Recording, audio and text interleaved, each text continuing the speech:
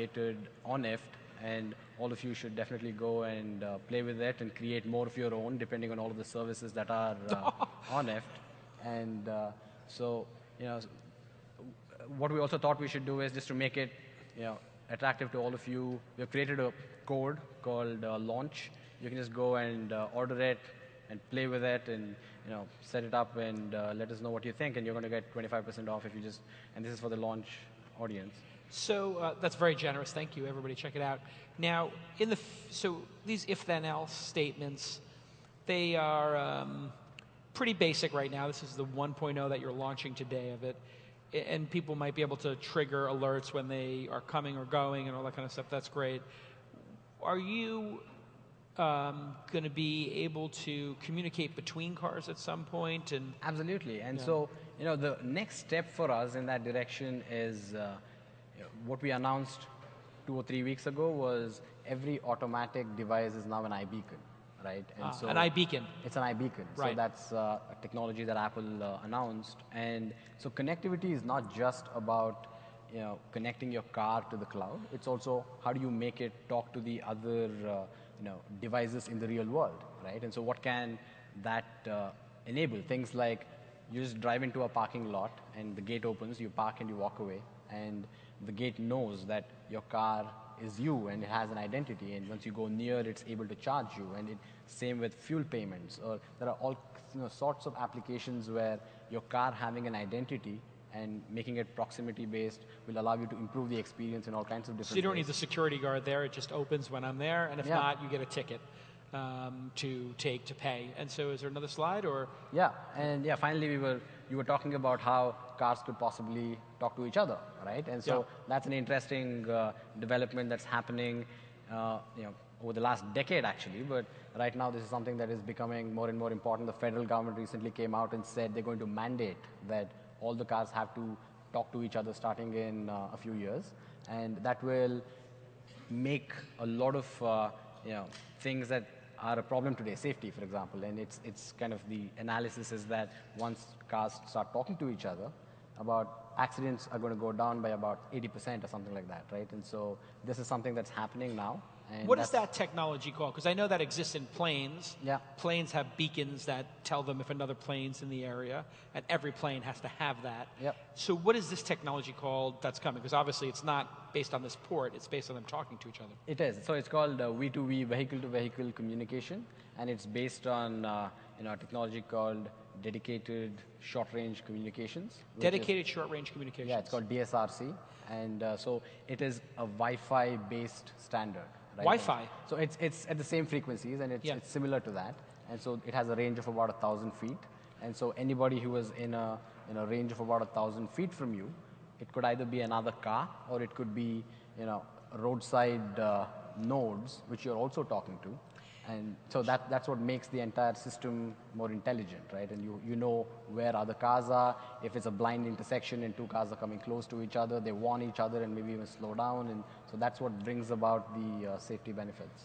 And if we have those in our cars, would we have intelligent intersections? Or absolutely. So the way, at least that's the goal. There are a lot of hurdles to get there. But some of the things that you can enable is, the moment an ambulance comes onto the road, right? It gets green all the way through because the ambulance is now talking to the nodes along the road and saying, I get priority, and you can enable things like that. And how far before you think this sort of vehicle-to-vehicle communication standard sort of hits the road? As with all things automotive, that's the interesting question, right? They have huge, long product cycles, and I think it's unlikely to happen in the next decade. And this is the classic chicken and egg kind of problem where it only becomes interesting once a critical mass of cars on the road actually have that. And that's why federal regulations are happening, because otherwise nobody has an incentive to actually build them into the cars. And so that's what's happening now. They could be added to existing cars, right? They could be retrofitted, but the only question is who's going to pay for it, and what is the consumer benefit today if nobody else has it, right? And what would the retrofit, you think, for a device like that cost? You think it would be a $50, $100 device? Probably, yeah. So, if we get to a tipping point where a third of the cars on the road have it because they're new, we could just... No, but that's the thing. To get to a third of the cars in new cars, that's going to take 15 years. Right? 15 years. Yeah, it's going to take 10 to 15 years. Yeah, wow. So it's hard to actually make these things happen. Well, this is an incredible view of the future of driving, and I really appreciate you sharing with us. Thank you. Well done. Thanks for your time. Yeah. Really interesting. Okay, so next up, this is going to blow your mind. Some of you may have seen this already, but this is truly the future of smartphones. Paul, are you here? Hey, Paul, how are you? Good. Nice to see you again. Nice to see you as well. Thanks for having me. Where's your little kit? It's in my pocket. It's all in your pockets. Yeah, okay. as cell phones should be, right? Absolutely. Let's go to the Elmo here. I think we're Okay. I think they were going to do an Oh, overhead we're going to do it over there? camera, Okay, but, let's do it over there. Whatever over here's better. Whatever you prefer. Now, you work at the Google. I do, yes, I do. Okay. For about a week now. Oh, right, because you were at Motorola. That's right. That's right. Let's get this out of the way. Okay, so you're showing me what? So I'm showing you a high-fidelity industrial design prototype, right? So this is non-functional. I'll show you some pieces of functionality in a second here. Sure. And so this is the Project Ara phone, hopefully to be known as the Google Ara in the coming in the year to come or so. So the device is modular. There's both front-facing modularity. Let me just remove the display here, as well as rear-facing modularity. So you're taking your phone apart right now. That's exactly what I'm doing. That's exactly what I'm doing. And our goal here is to create basically a third-party ecosystem of module developers, is to change the way innovation happens in the hardware space and make it a lot more like the software and app store model. Or transformers. Or transformers, as it that's were. right. So when these come sliding out, just so people know, yeah. There's a little bit of a magnetic, which actually you can see the play on it there. Yeah, that's right. It's like actually kind of feels nice. Yeah. There's a nice hand feel. Reminds me of the cookie dough from before. Yeah. So if I could explain that for a second. Yeah. That's about a 3 Newton permanent magnet. And 3 that's Newton 3 Newton, so very weak, right? Yeah. It's just enough for you to put the modules in and be able to flip the device over without the modules falling out. The functional prototype, which if you could click to the next slide, is it? Oh, I guess the slides go away. Yeah, the slides go away okay. when we do I have this. a picture of the functional prototype. Here we go. And if you could click to the next slide, or somebody could click to the next slide. There it is. There we go. Yep, so that's the functional prototype, first functional prototype that's under development. It was supposed to boot for this demo.